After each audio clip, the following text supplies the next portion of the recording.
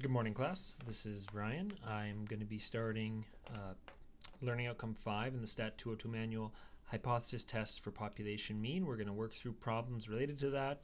You are expected to read the textbook if you're in my Stat 202 class, but for those of you who aren't, this should serve as a pretty good example for how to work through hypothesis test questions. For this video, I'm going to leave it to just hypothesis tests for population means and also for population proportions, and we'll work on maybe differences in the next video. So I have this little card sort of giving a process for how you'd proceed through the hypothesis testing. Now, the idea behind hypothesis testing, as you've seen in the textbook or you've maybe seen in your other classes, the first thing you want to do is state the null hypothesis, and this is the claim that you want to test. So you're sort of putting in what the state of the world was prior to doing the test, and then in the alternative hypothesis, you're trying to put down what you're trying to show, what you're trying to actually, the claim that you're trying to test, right? And we'll get into that as we go through these problems. It's all going to be very applied. It's all going to be very in the same format you'd see in a statistics exam, so just try to follow along, and this should help you out. Then we're going to be determining the rejection region, calculating the test statistic. So the rejection region, that just tells you sort of where your test statistic, when the test statistic lands in that region, whether we accept or reject the null hypothesis. Finally, we're going to state our conclusion of the test, and then lastly, interpret the conclusion within the context of the question. Okay? Okay. So let's get into it. So, Popular Diet claims that the average person will lose at least 3 pounds in the first 2 weeks. To test this claim, you arrange for a group of 50 participants to take the diet for 2 weeks. The data collected reveals that the average weight lost over the time period was 1.2 pounds with a standard deviation of 0.8 pounds. Is there sufficient evidence to refute this claim? Okay, so I'm just going to work through this step by step and try to show you. And every one of these hypothesis tests that we do is going to follow the same format. Now, for those of you who are used to doing, say, a p-value method for figuring this stuff out, that's not how we're going to be doing it here. We're going to be doing it this way. It's consistent with the way we've been doing it in my Stat 202 class. I don't really want to teach two methods to do the same thing. We'll leave that aside, and there's lots of good videos on YouTube if you want to see the p-value method. For students in my Stat 202 class, you don't have to worry about doing the p-value method for this class. We're just going to focus on the method that I'm going to present here. So the first thing you need to do is state that null hypothesis. So the null hypothesis, again, that's sort of the state of the world prior to doing your test. So our null hypothesis here, and it's sort of written in a funny way, H naught. This is saying that the average, now here, the average that we're looking at is the average weight lost, because you see when we take the sample, the data collected revealed that the average weight lost over the time period is 1.2 pounds with a standard deviation of 0.8 pounds. Now you have to look at what the claim was to be able to write this down. So the claim was that the average person will lose at least 3 pounds in the first 2 weeks. So the idea was that we're trying to test if this popular diet claim is true. So what they're asserting, they're saying that the state of the world, the assumption going into this problem is that the average weight lost should be 3. Okay, now that doesn't mean it's true, that just means that that's the claim, and that's the claim we're going to test. Now, 2, this is where you actually want to test something. So H1, well, how do you refute the claim that the average weight lost is 3 pounds? Well, the idea here is we say, well, the average weight lost is not equal to 3 pounds. Now, sort of, if you think about it practically, so this is, just to strictly refute the claim, you say that mu is not equal to 3, and that's fair enough. But if you want to sort of be rational about it, the idea is that, and this is where a little bit of reasoning comes in, if this is a popular diet and the claim is that you're going to lose at least 3 pounds, well, you don't care if you lose more than that. What we want to know is, does it at least make you lose 3 pounds, or is it less than 3 pounds? So what I think we're going to actually do for this one, I think the better way to rate this one is mu is less than 3 pounds. So what that's saying is we're trying to disprove that the person's going to claim at least 3, or that the person's going to lose at least 3 pounds, because we want to say, okay, well, on average, if the claim's false, it means you won't lose more than 3 pounds. So mu is less than 3 is sort of how we want to set that up. Now number 3, and it's not really in steps 3 and 4 where you actually have to do some work, okay? So 5 and 6 are pretty straightforward. 1 and 2 are all based on the question, but 3 and 4 are where all the real meat of the problem happen. Now here, we're testing for a population mean, and implicit in this is that everything is normally distributed. And really we're working mostly on the normal distribution here, but the idea here is, okay, so we need to determine the rejection region. And actually in this question, they say use alpha equal to 0.05 or 95% confidence. So this is actually similar concept to the confidence interval. This was actually in the problem itself. It said use alpha equal to 0.05. So 95% confidence. This is, when I say confidence here, in a confidence interval, that was how sure were we that the true mean was going to lie between the bounds that we'd created. In this case, it's 95% confidence that we're making the correct analysis in this problem. Okay, and we're minimizing the chance of a type 2 error.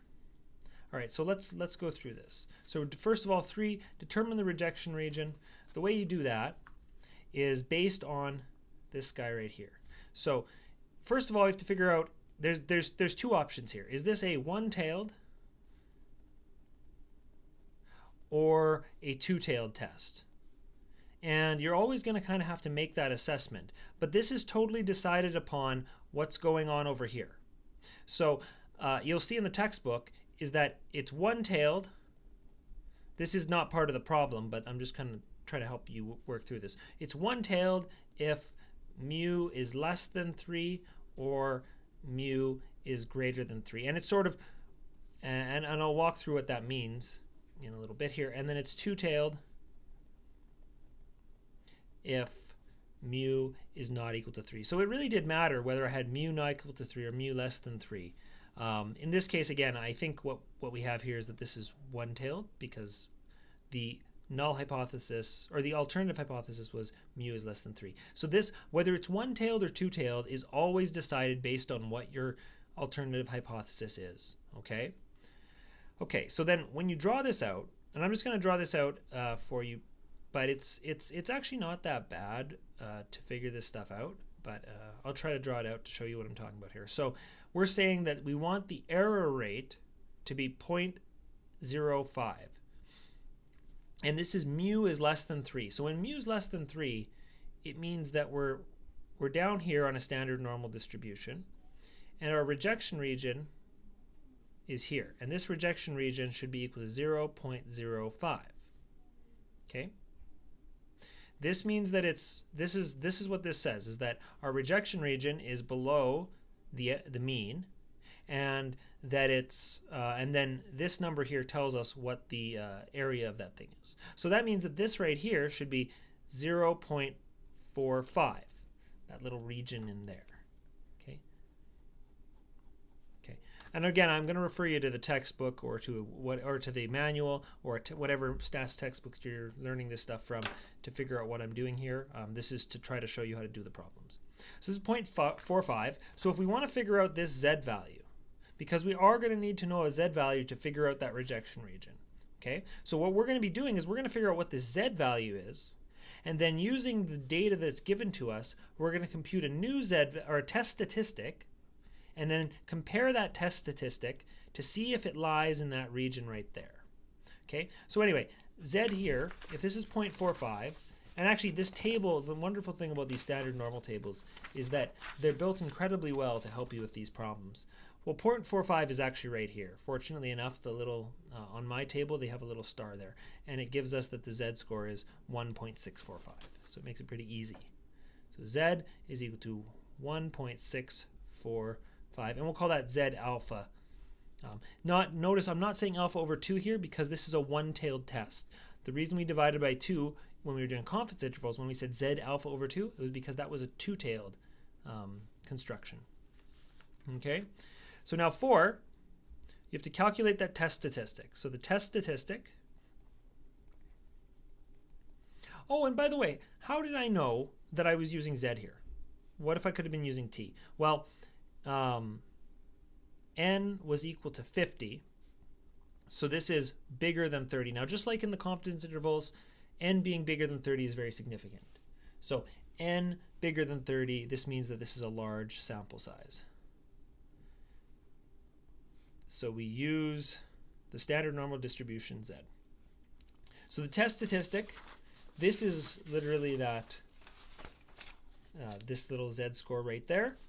So test statistic z equals, and so this should be z alpha, z equals x minus mu over sigma.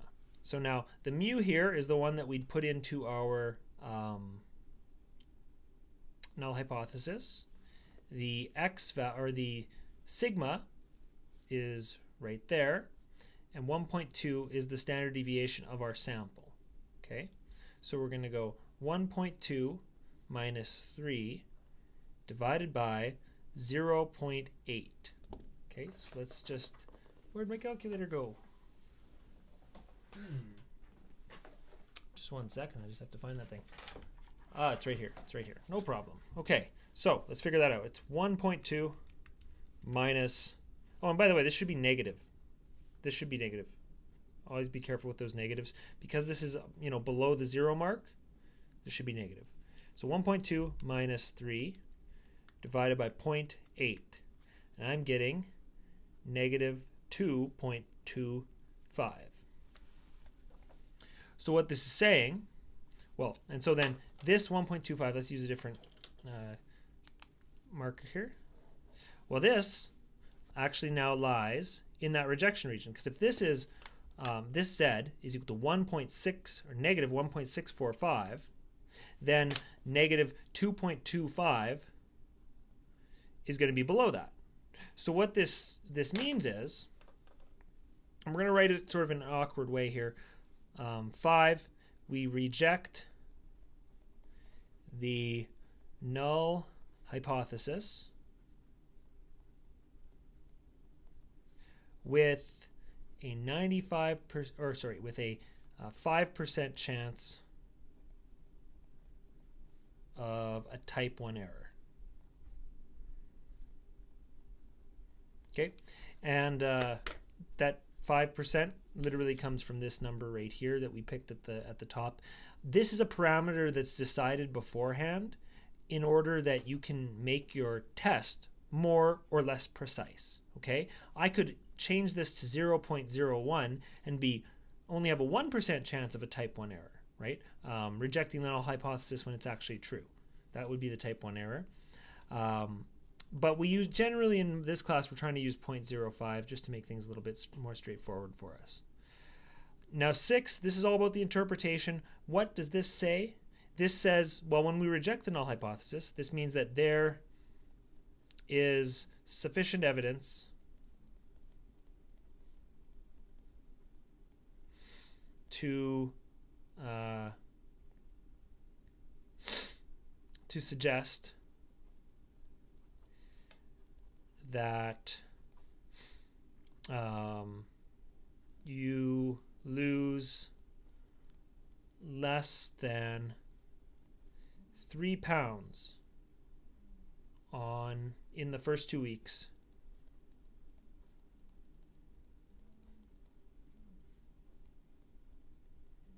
on this diet. Okay, so that's what it's saying, is right, because what we were testing was the claim that the average person will lose at least, or actually, you know what, U is a bad word here. We should say that the average person loses less than 3 pounds in the first 2 weeks on this diet. Okay, so again, what we were trying to test was that a popular diet claims that the average person will lose at least 3 pounds in the first 2 weeks. Well, it turned out when we assumed that was that was true, we assumed that was the null hypothesis, that was the state of the world. We went through this whole test and it gave us that no, we actually have to reject that null hypothesis. So we reject the null hypothesis with a 5% chance of being wrong.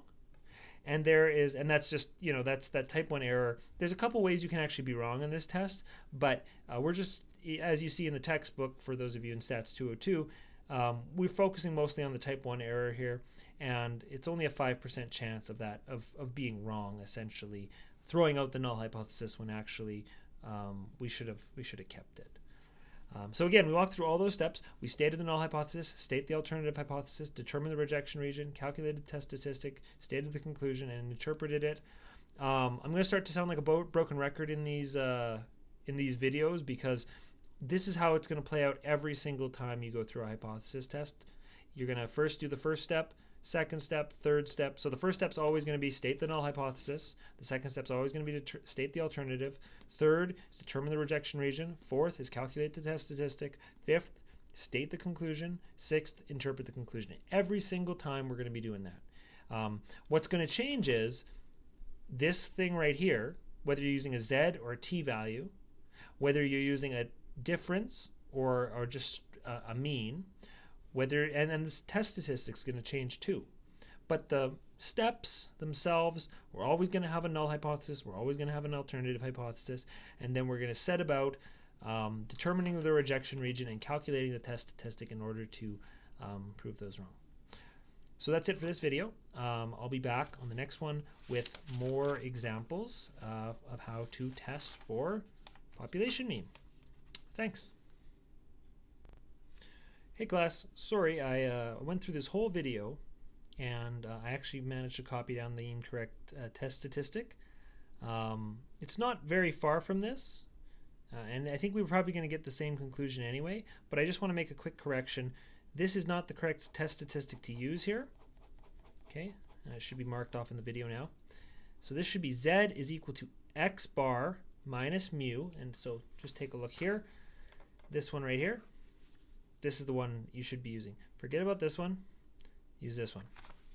X bar minus mu over S over the square root of n. Now most of this is the same. So we still put in, where is it here? 1.2 up here. Well, actually, let me put it over here. So we have, just put a little, like, block things off for me. We have Z equals X bar minus mu over S divided by the square root of n. So this is 1.2 minus still 3 divided by 0.8, but now we take that 0.8 and we divide by the square root of 50. Just a little bit more computation, not much though. Divided by 50. Okay, so it should still work out to be about the same, I think. So this is equal to 0.1131. It's helpful to kind of put 4 decimal places just so you aren't off by too much in your conclusion. 4 decimal places on the bottom is usually a good thing. And then negative 1.8 up top.